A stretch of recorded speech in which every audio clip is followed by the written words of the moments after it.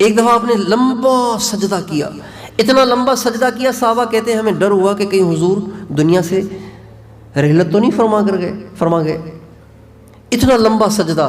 جب آپ نے سر اٹھایا تو آپ نے فرمایا میں اللہ سے دعا کر رہا تھا کہ اللہ میری امت کو ہلاک نہ کرے، دنیا میں ہلاک نہ کرے، میری امت کا صفایا نہ کر دے، جیسے پچھلی امتوں کا صفایا ہو گیا۔ نوح علیہ السلام کی قوم کا اللہ نے سیلاب بھیج کے صفایا کر دیا، فرعون کے ماننے والوں کا اللہ نے صفایا کر دیا، سب کو سمندر میں ڈبو کے۔ قوم لوط کا اللہ نے صفایا کر دیا، پتھروں کی بارش برسا کے، اور ان کی بستی کو اوپر لے جا کر اور اوپر سے الٹا کر پٹکنے سے اللہ نے سب کا نام و نشان مٹا دیا۔ تو اللہ سے ہمارے نبی نے دعا کی، اللہ میری امت گناہ تو کرے گی لیکن اللہ میاں آپ میری امت کا نام و نشان نہ مٹانا، میری امت کو برباد نہ کرنا۔ حالانکہ آپ دیکھیں کہ ہمارے پاس کون سا گناہ ایسا ہے جو پچھلی قوموں نے کیا اور وہ ہلاک ہوئے اور ہم نہیں کر رہے؟ کون سا گناہ نہیں ہو رہا ہمارے پاس؟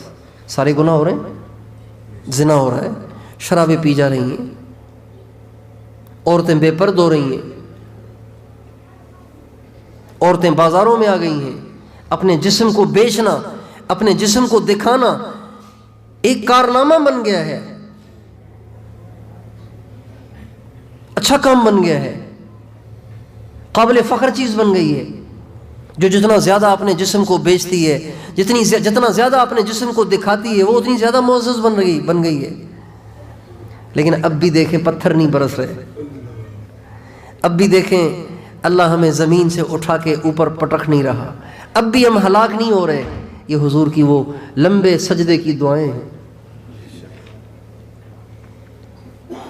جب آپ کے انتقال کا وقت آیا، آپ دنیا سے تشریف لے جانے لگے، تو حضرت جبریل علیہ السلام آئے اور کہا یا رسول اللہ، حضرت اسرائیل علیہ السلام دروازے پہ کھڑے ہوئے ہیں اور اجازت مانگ رہے ہیں، اگر آپ اجازت دیں گے تو آ جائیں گے، اجازت نہیں دیں گے تو وہیں سے واپس چلے جائیں گے۔ اسرائیل علیہ السلام ملک الموت، آپ نے فرمایا اندر آنے کی اجازت ہے۔ وہ آئے اور آ کے سلام کیا اور کہا یا رسول اللہ، آپ پہلے شخص ہیں جن کو میں سلام کر رہا ہوں، آپ سے پہلے میں نے کسی کو سلام نہیں کیا، آپ پہلے ہیں جن سے پوچھ کے آیا ہوں، آج تک میں نے کسی سے نہیں پوچھا۔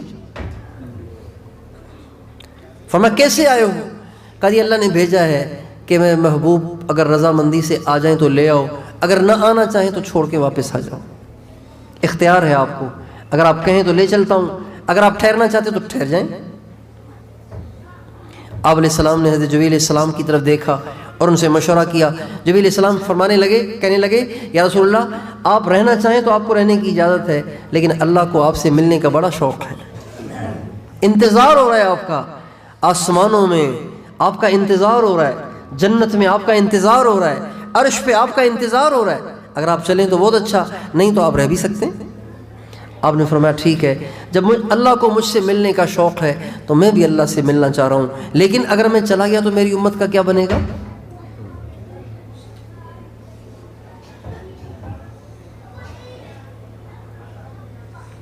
اگر میں آج چلا جاؤں تو پیچھے میری امت کا کیا بنے گا؟ امت سے مراد کون؟ ابو بکر نہیں ہے، امت سے مراد عمر نہیں ہے، امت سے مراد حضرت عثمان نہیں ہے، امت سے مراد یہاں وہ بھی امت ہیں، لیکن یہاں جن کے بارے میں سوال اٹھایا جا رہا ہے، اس سے مراد حضرت علی نہیں ہے، امام حسن حسین نہیں ہے، یہ سب ویسے ہی جنتی ہیں، یہ جنتیوں کے سردار ہیں۔ آج جو سوال اٹھایا جا رہا ہے وہ میرے اور آپ کے لیے کہ ان کا کیا بنے گا، کیونکہ باپ کا ہونا بڑا سہارا ہوتا ہے۔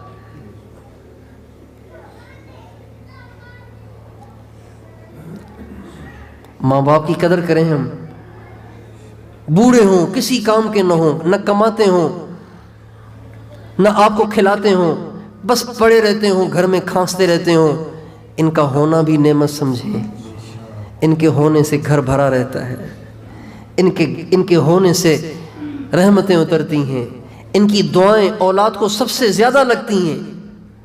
بہت بڑا سہارا ہوتا ہے باپ کا ہونا۔ جب باپ چلا جاتا ہے تو انسان ایسے محسوس کرتا ہے جیسے دھوپ میں آ گیا ہوں، پہلے کوئی سائبان تھا اب دھوپ میں آ گیا ہوں۔ ماں چلی جاتی ہے ایسے محسوس ہوتا ہے جیسے میں اکیلا رہ گیا ہوں، اب میرا کوئی ہے ہی نہیں دنیا میں۔ آج اللہ کے نبی دنیا سے تشریف لے جا رہے ہیں اور آپ فرما رہے ہیں اگر میں چلا جاؤں تو پیچھے میری امت کا کیا بنے گا؟